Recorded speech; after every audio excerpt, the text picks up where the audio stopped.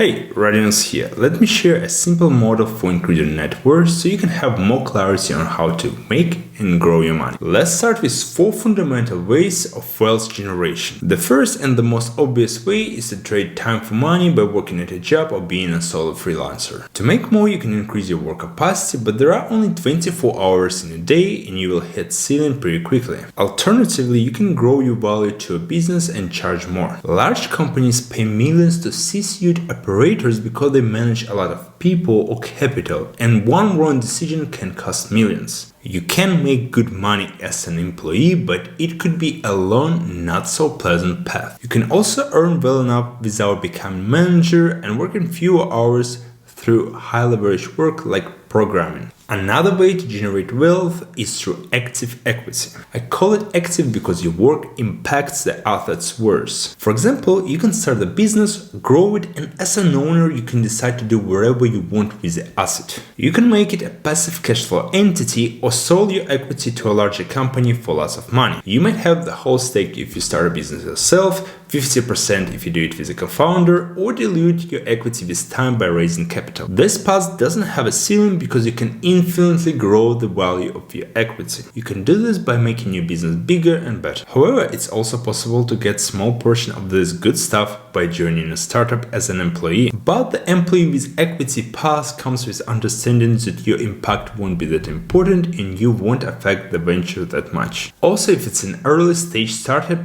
you can work as much as a founder while only having a small portion of equity. So often a better strategy would be to join a middle-sized company that still gives you access to the upside, or work in a less demanding job while building business on the side. There are other ways to get equity in a good business, and in the future it might be even easier to get a stake without starting something from scratch. It is worth being aware of active equity because it's one of the best ways to generate wealth, since your work hours would be unproportional to result. The last two options are the most passive and require more capital to yield significant results. Real estate is one of the most reliable assets as people always need a place to live. You can benefit from both price appreciation and rent money, but it still takes time to find a deal and to manage or maintain the property. The less time-consuming way of earning a return on capital is to invest in a passive equity, such as stocks or index funds like S&P 500. These are long-term investments, and by being consistent over time, you can reduce the risk of losing money due to market volatility. To summarize, the first two paths are the best for generating wealth, while the last two are more suitable for retention and compounding. Early in our careers, we better focus on improving our specific knowledge and judgment by working on the first two baskets, rather than trying to optimize the last two without having much capital to deploy. I have something to do with every basket, but almost all my income comes from selling time for money with a front-end developer job. I also try to get into active equity by expanding the surface area of opportunity with my 2 YouTube channels and productivity app Increaser. I also make some money by renting my old apartment in Belize. I have some money in stocks, but I've made mistake of putting everything at once at the peak of the market, and I'm significantly down in the current recession time. Well, we like earning money and the government does it too. So at some stage you will share part of your income by paying taxes. Yet there are opportunities to reduce the fee by picking the countries that are more friendly to specific types of income. Some countries won't ask you to share with them foreign income, while others will have small property tax. And as a remote worker, instead of paying half of your salary in New York, you can go to Eastern Europe and pay less than 20%. To have more money to invest, we can cut our spending on unimportant things or move to the country with lower cost of living. Savings are always beneficial. However, since we are living in high inflation time, it's better to invest the surplus instead of losing 8% annually. Check this video to learn more about how to protect your money from inflation. That's all. Stay productive.